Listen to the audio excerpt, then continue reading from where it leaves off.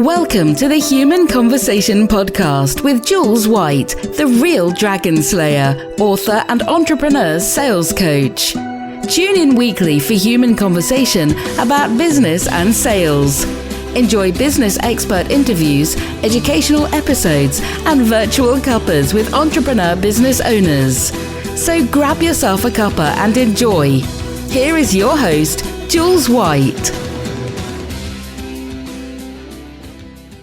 Welcome everybody to the Human Conversation, and I have got the most gorgeous guest this week, and her name is Vafa Taleban. She's gorgeous. Now, she's the founder of Personal Revolution Online, and we are going to talk about what that really means.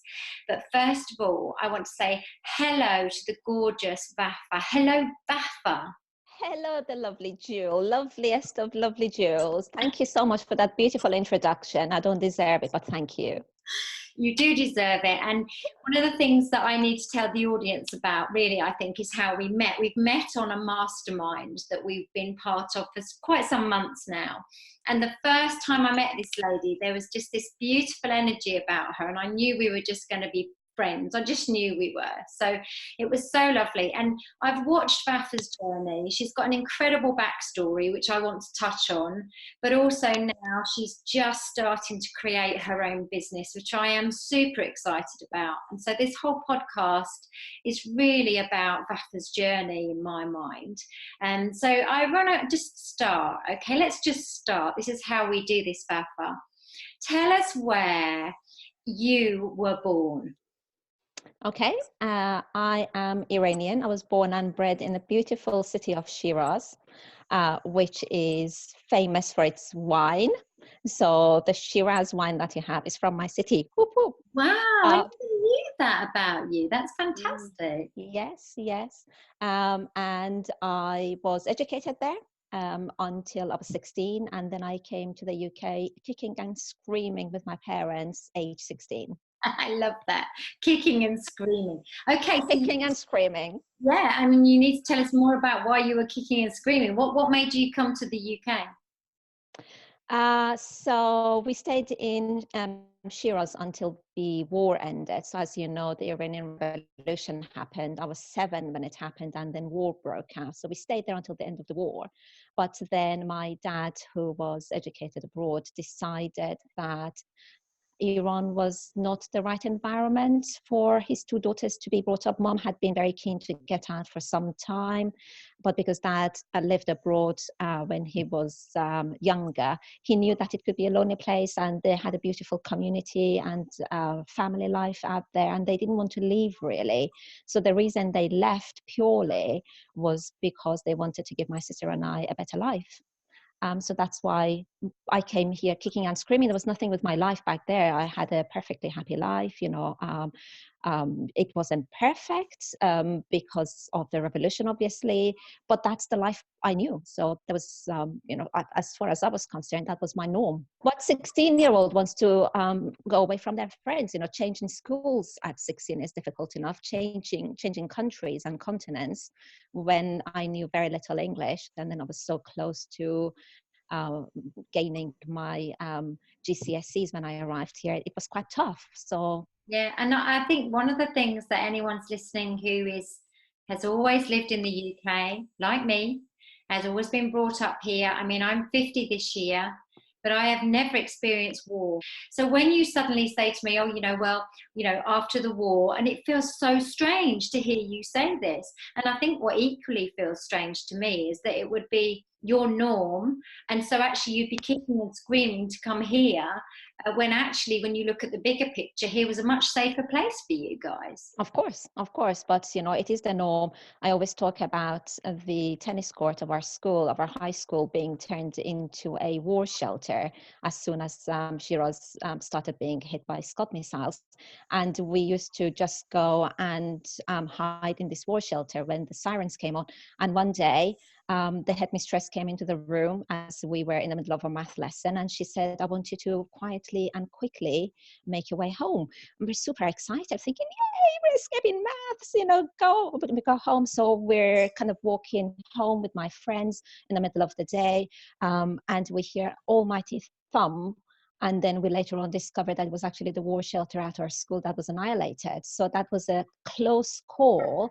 But I always kind of talk about the fact that it didn't really make that much of a difference in our life, because that was the norm. We kind of carried on with our lives. You kind of build a bit of a resilience to these things. Yes, it's upsetting. Yes, it shook us at the time. But the next day we went back to school. So there was, that was our norm. It's incredible. It really is, the different lives that we lead is really so profound, isn't it? So you come to the UK, and then what's the next memory?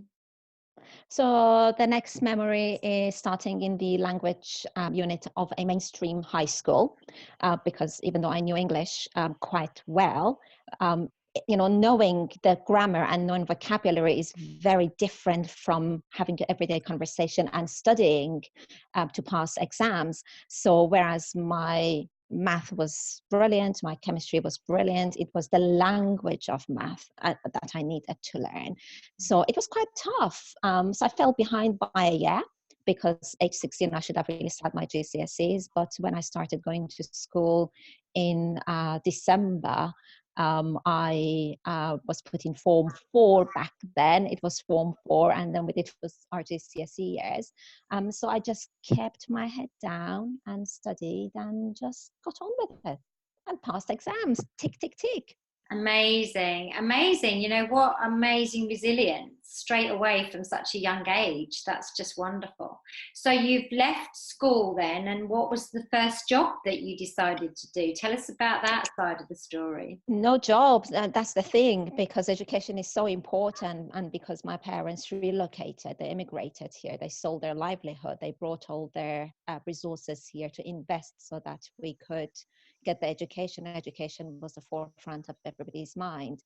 So it was pretty much from GCSEs going into A levels, and then to university, and then get a job. And 25 years later, I'm suddenly thinking, oh my goodness me, where did that 25 years go? And why did I choose the career that I did? And I'm just rethinking the whole thing now. So what was it you actually went into from school? So I studied to become a diagnostic radiographer in Cardiff. So I had a 3-year stint at University of Cardiff back then. When I finished my degree, I got a job and started working. It wasn't an environment I loved particularly, because I was particularly shy. I hadn't worked. I had always just kept my head down and studied. Therefore, going into the work environment was quite alien.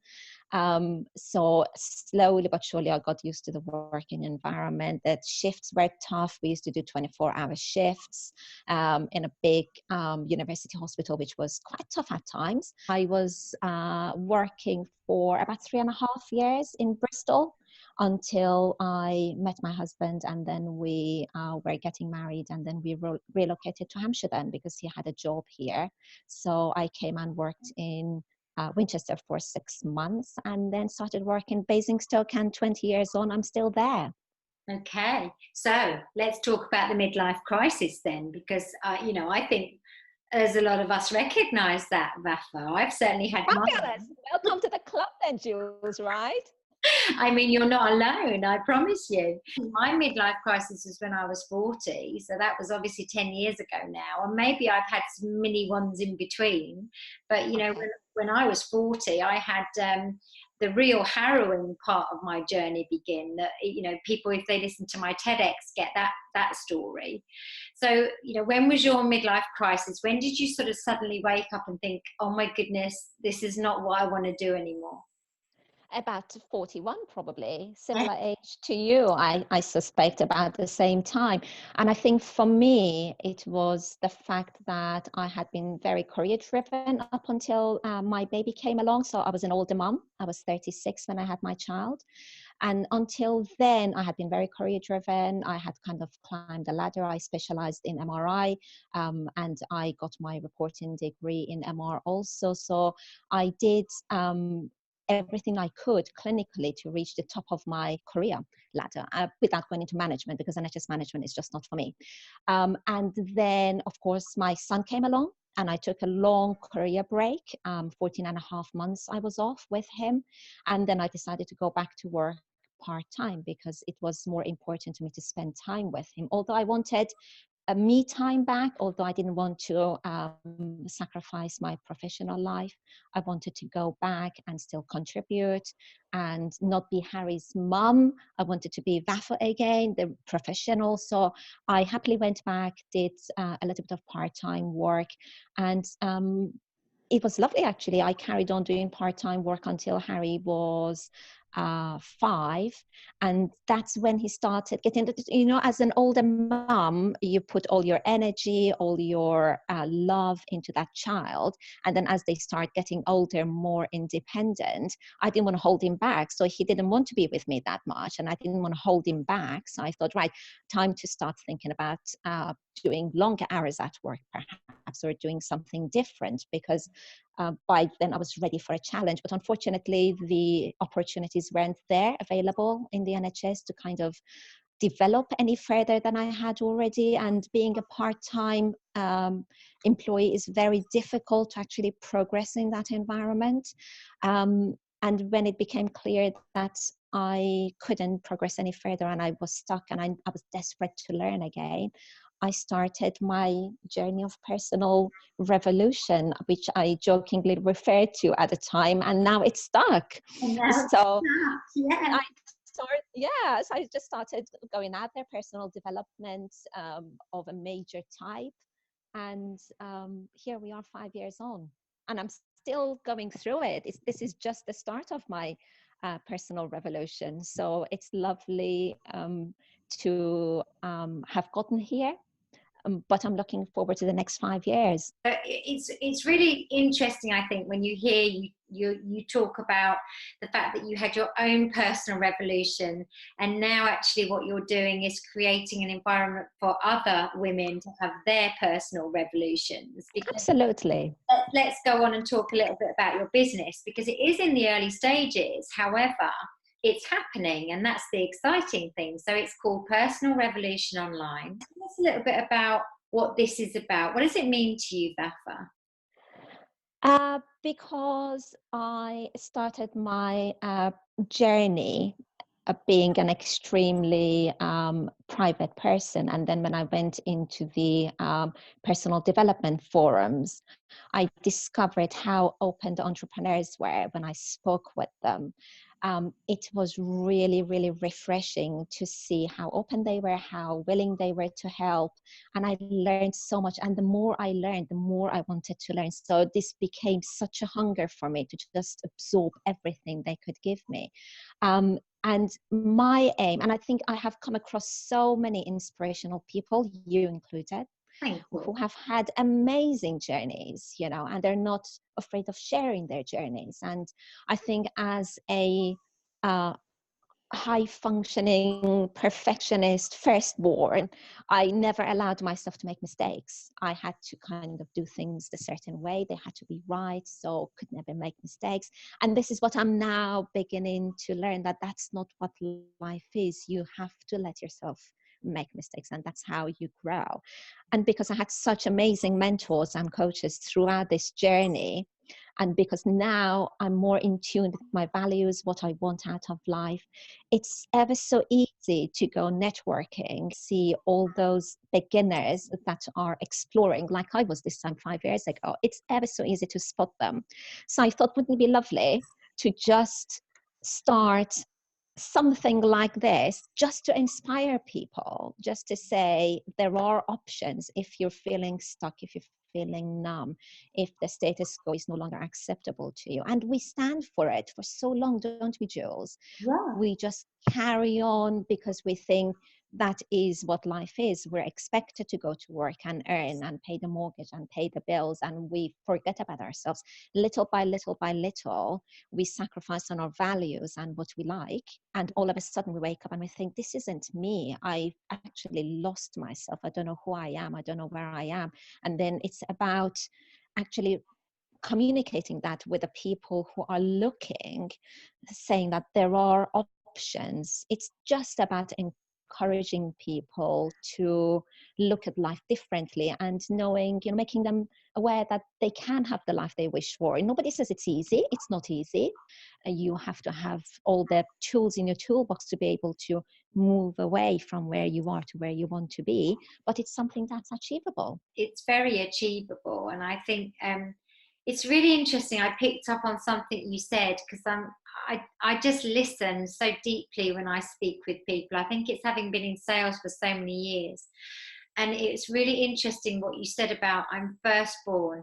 I had to do things in a certain way. I could never make mistakes. It had to be perfect. And it's really interesting because I see that in you in terms of your journey you've had, where you perhaps say, I'll share some stuff with the audience that you and I have spoken about, where you'll say, well, do I need to do it this way? And do I need this? And do I need a background? And do I need lighting? And, when you're doing things like video. And of course, there may be people who might argue with me here.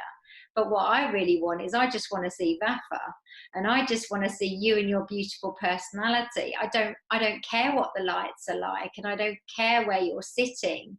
But that's because I think we are even more connected today to the human side of people than we ever were. Even though we're in this online space, I think we yearn to connect on that human level. What I see with you is, I think now the real Vafa is beautifully evolving now, which is such a lovely thing to see. And all you now need to do is be who you truly are, and then do this fabulous inspiring through your business. And then I think we're going to see something really special happen, for other women, because we need a purpose, don't we? Isn't that what it's about? It is what it's about. It's about redefining your values. It's about redefining what you think success means, what happiness is, what security is. All of those things are always at the forefront of our minds, especially as mothers. That's what we want. We want all of those first and foremost. It's about making time for yourself and not feeling guilty about it, because how many women out there want to go out on a training day and then they feel guilty about it because then they're not home to pick their children up. So I've had to learn little by little, and my child is 10 now, so I started kind of doing this little by little, planting seeds and keeping him informed all throughout of what I was doing, why I was doing it, making sure he didn't mind if I didn't pick him up from school. All of those things have to little by little. So it's taken 5 years for me to actually get to where I am now, being comfortable, going out there and being comfortable spending a lot of money on my own development, because that's again something else that a lot of women won't do, because they think that's money that we can spend on the family. So it's about you. My emphasis is on the happiness and the mental well-being of our kids. Yeah. And the only way I know of instilling that in them is by having happy parents. So happy parents will give rise to happy children. Because as you say, we have to be happy as the parents in order for the children to thrive. And I completely agree. I think it's a wonderful thought to have. It's a wonderful purpose to have, to sort of bring happiness to people who actually want a purpose in life, and they want a happy life anyway. But they perhaps feel stuck, because a lot of us know what that feels like, to feel stuck. Yeah, and it's important to also here, I think, highlight that we have strong, especially as strong female leads, which a lot of us are, we have that strength as well as the vulnerability in us. And it's about being comfortable about showing the feelings that we have. And if we're not fully there, it's about being able to say, you know something, I'm not feeling it today. I need a little bit more help. I just need a cuddle today. I just need a little bit more love today, rather than be the strong person that I am. And again, as I'm going around looking at these networking situations differently with fresh eyes, I can see that that's what a lot of us need, and we're particularly bad at saying it. And I just don't know why, Jules, because we're all made of the same thing. No matter where we're from, we have the same limiting beliefs. No matter where we're from, we have the same fears and the same needs for security and love and belonging. So it's about being open and honest, but it's about allowing ourselves to be open and honest. Yeah. And I think the more I'm doing it with people, the more I'm getting it back. Yeah, I think so. And I think it's that like you say, the vulnerability is kind of the word, really, isn't it? We want to feel like people are comfortable saying, I'm not okay. There's so much around about mental health now, not just for women, but for men, maybe more so for men, because they won't. Actually, you're right. As easily. Yep. You know, so there's all of this now, and I think the marvelous thing is we're talking about it. So that means we're going to potentially then be able to open up about it, you know, because it's actually widespread that we're talking about it. So it's wonderful. I think we live in a real time of opportunity in terms of being human and being open and vulnerable now. Yes. Second thing I think that's important is your story, Vafa, because you know I've said this to you before, and to the audience, we've all got stories, and there's many people say to me, oh, I don't have a story, you know, my story's not important, or actually I don't want to share my story. Whatever the reason is, your story, your backstory is what makes you inspiring. And thank you. Yeah, and absolutely. For me, it's where you've come from, the things you will have experienced, the way you came to a country, you didn't even speak the language, and then you still went on into academia and did so well, got an amazing job, built a wonderful career. You know, all of this for me is massively inspiring. So, you know, you're this leader of the personal revolution, and you're a very inspirational woman. I think own your story more, if I was to say anything to you, my lovely, you know, because it's an amazing story. It really is. I think at the the truth of it is that you have to build your network around you. The support network that you can build around you, I think, is the most important. And that's when you can be very honest about your fears. You can get honest feedback from people, and you can develop that way. And about being flexible, I think the flexibility has a lot to do with it, because I've been on this journey now for 5 years, and I know that, you know, this whole conversation started at my friend's coffee table when I finally opened up and I said, you know something, I have it all, but I'm not happy. I don't know what's wrong with me.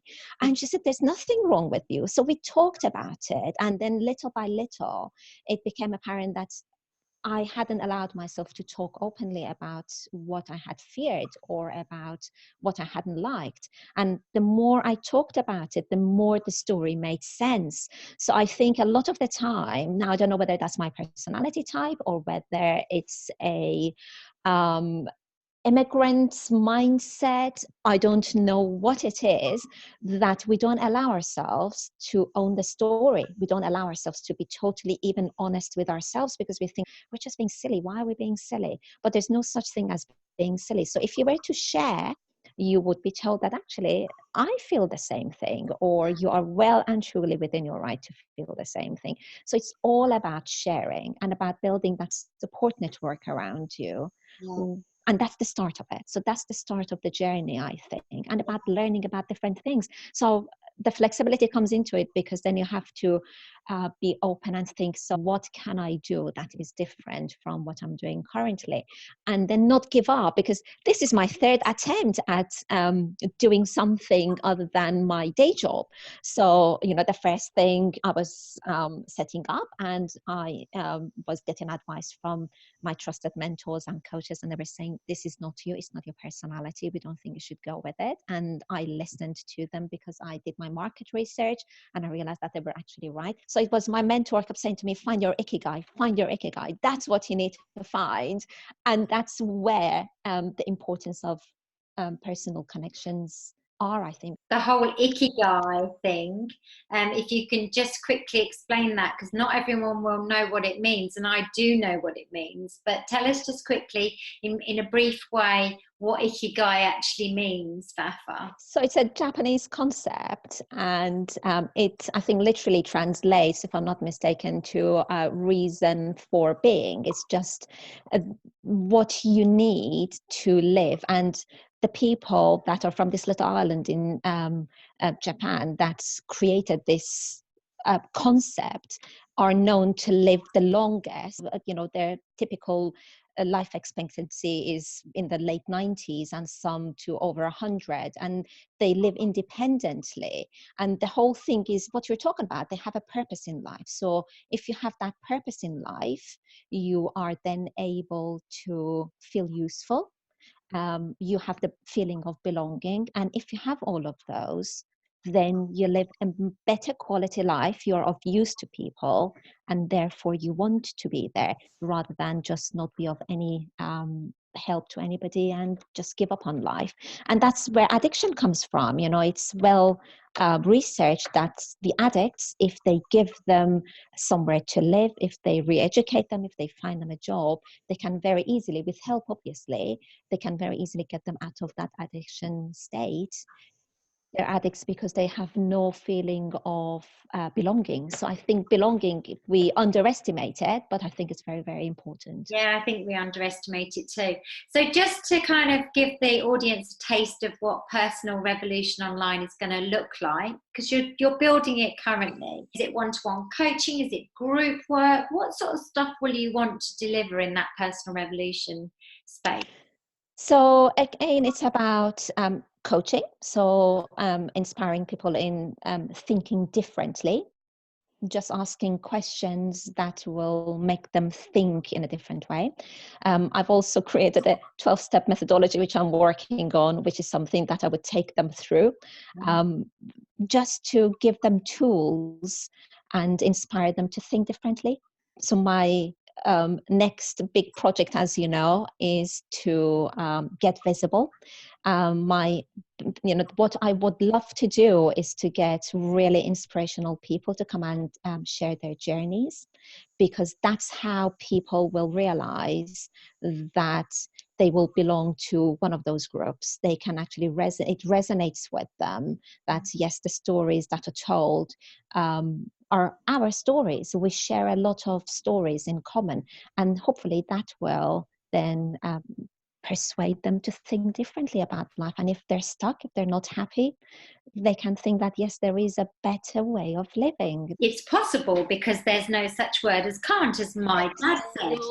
Absolutely. And I quote you often enough. I quote you all the time. There's no such word as can't. Yes. That, exactly. And I think, the 12-step methodology sounds really interesting, because I think often we do need those tools. We don't always know how we're going to get from A to B. And these methodologies and programs and tools that we can teach as coaches, they're just gold, because they're those little things that you don't necessarily realize are going to make that big difference for you of course, where you want to go. So I love that you're going to be doing a 12-step kind of program. That's really exciting. I'll be watching out for that. But actually, more importantly, I know that your aspiration, when you talk about sharing inspirational stories, your aspiration is that you're going to actually start your own podcast. Yes, very soon. Yes. And you will be featuring Jules as my role model. Well, I think it's great. And I think podcasting is truly wonderful. It's a way of us connecting in of course, another way that means that when I'm busy, if I'm driving, if I'm walking, I can listen to podcasts and I can feel inspired. So I love podcasting, and I love my guests, and I love my podcast. So I'm excited for you to start yours. I think it's going to be fabulous. And obviously I wish you lots of luck with getting that off the ground. What's the one thing you want to leave the audience with to sort of make them feel like they can actually create their own personal revolution? I think we come across so many barriers when we are surfing through life, but it's about just learning to live differently rather than avoiding the big waves. So just take a deep breath and live through the big waves, because you're going to learn something from them and you're going to grow. So with every mistake we make, we're going to grow a little bit more. It's all about experimenting. It's all about exploring. It's about being flexible. And if plan A doesn't work, you can go for plan B. You have to be prepared to change your route. You can't have one thing in mind. It's good to have a focus, but you need to be flexible and change directions if needs be. If that means that you're going to get to your end goal quicker. Yeah, I love that. I love that so much, because I know I say about my dad saying there's no such word as can't, and people say to me, yeah, but there's some things you can't do. And then I say to them, well, actually, it's about finding a different way to do them. And so it's just the same principle as you've just said. And I think it's so true. We can make so many barriers, can't we, Vafa, if we want to? Yes. Really, it's a choice, isn't it? And it's all about redefining the barriers that we have. So success, what does success mean to you? Just redefine that. What does security mean to you? Does it mean having 3 cars, or does it mean having 1 car but having a better quality of life? So it's all about redefining those and getting the peace of mind. So, as I've gotten older, peace of mind is the most important thing. If I don't have 5 holidays a year, so be it. So long as I live the life that I want, so long as that I don't compromise on my values, because that's the stage I'm reaching, that I don't want to particularly compromise on my values. Wow. Whereas as a younger person, you do often, because you feel you don't have a voice, you need to do that. So it's about that. It's about being true to yourself. That's all it is. Vafa, it's been an absolute delight talking to you. And Thank you for having me. I knew it would be. So you'll be able to find where you can follow Vafa. You'll be able to look out for her podcast. And if you want to connect with me, then certainly you'll follow her journey, because I always make sure I include my guests. If they've got some news, I'll make sure that everyone knows about it. Awesome. So listen, thank you. I truly, truly know that you're going to be amazing in this new role that you're going to have. Thank you. I know you're going to help and touch many, many people's lives. Just own your story for me. That's all I ever ask you, because it's such an inspiring story. And for the listeners, I hope you have really been inspired by Vafa. She's a really quite incredible lady, and a beautiful one. And I hope you've enjoyed our human conversation. The Human Conversation is on Apple Podcasts, it's on Spotify, and it's also on SoundCloud. We would love you to like and comment and tell the world how wonderful our podcast is. But please just tune in next time, if you do nothing else, to The Human Conversation, where I will be speaking to another fabulous guest. Thank you so much for joining us. Ta-da for now. You've just been listening to the Human Conversation podcast with Jules White. To find out more about the other work that Jules does, please visit her website www.liveitloveitsellit.co.uk. And if you enjoyed the podcast, then please do leave a rating and review on the platform you use to enjoy her show. Thanks for listening, and see you next time.